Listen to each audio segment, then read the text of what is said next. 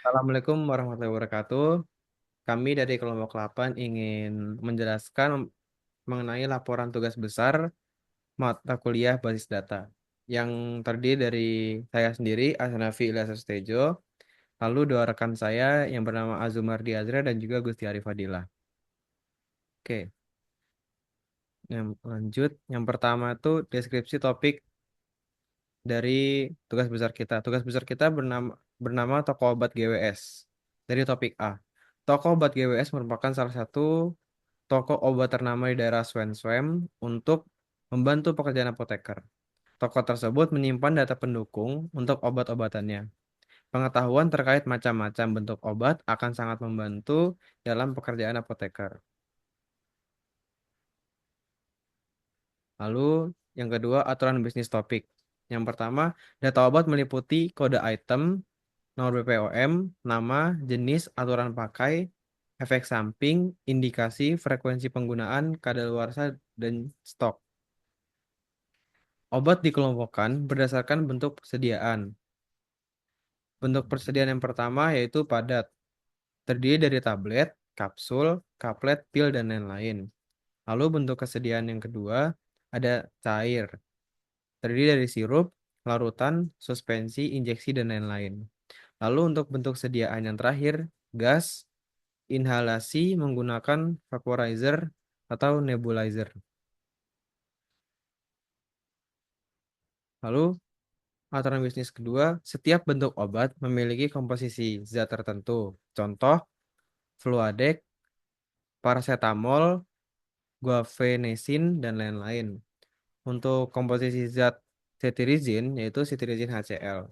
Obat hanya dapat disuplai oleh satu supplier, lalu transaksi mencatat data pembelian, yaitu waktu, jumlah, resep, dan apoteker. Yang selanjutnya akan dijelaskan oleh Gusti Arif Fadilah. Baik, selanjutnya yaitu identifikasi entitas dan relasi.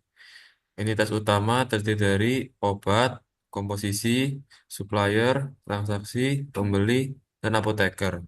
Untuk relasinya, komposisi ke obat many to many, supplier ke obat one to many, transaksi ke obat many to many, apoteker ke transaksi many to many, pembeli ke transaksi many to many.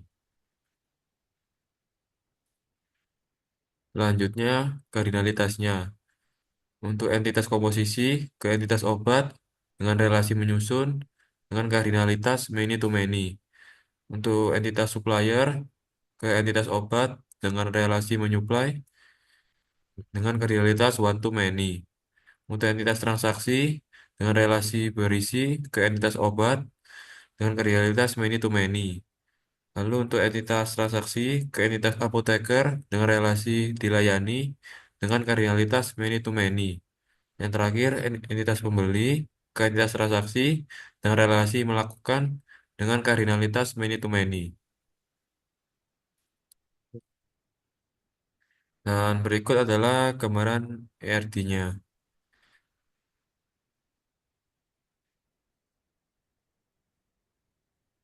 Selanjutnya dilanjutkan oleh Azumardi Azra. Baik, selanjutnya adalah mengubah dari bentuk ERD menjadi ke bentuk skema relasi. Langkah yang pertama adalah mengidentifikasi entitas dan atributnya.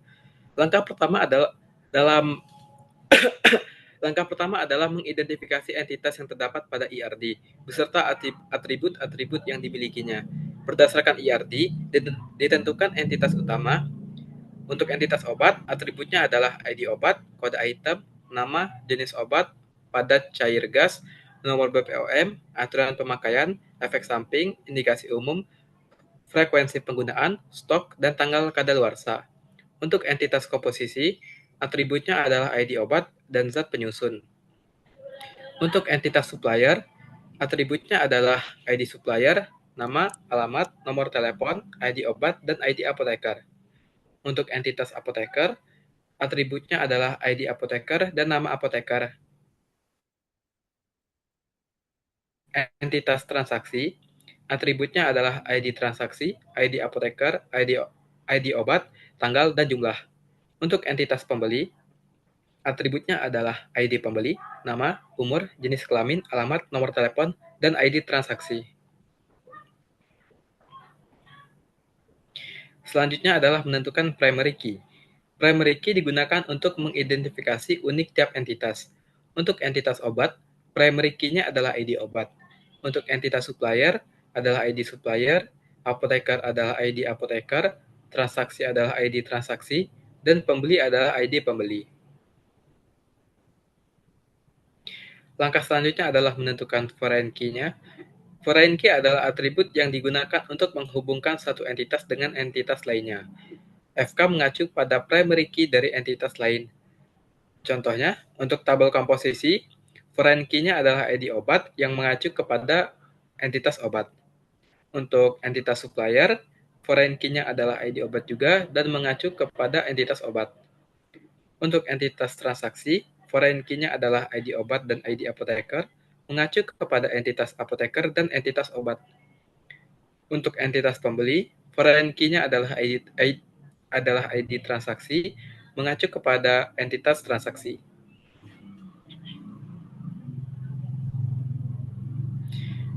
Berikut adalah gambaran skema relasi secara menyeluruh.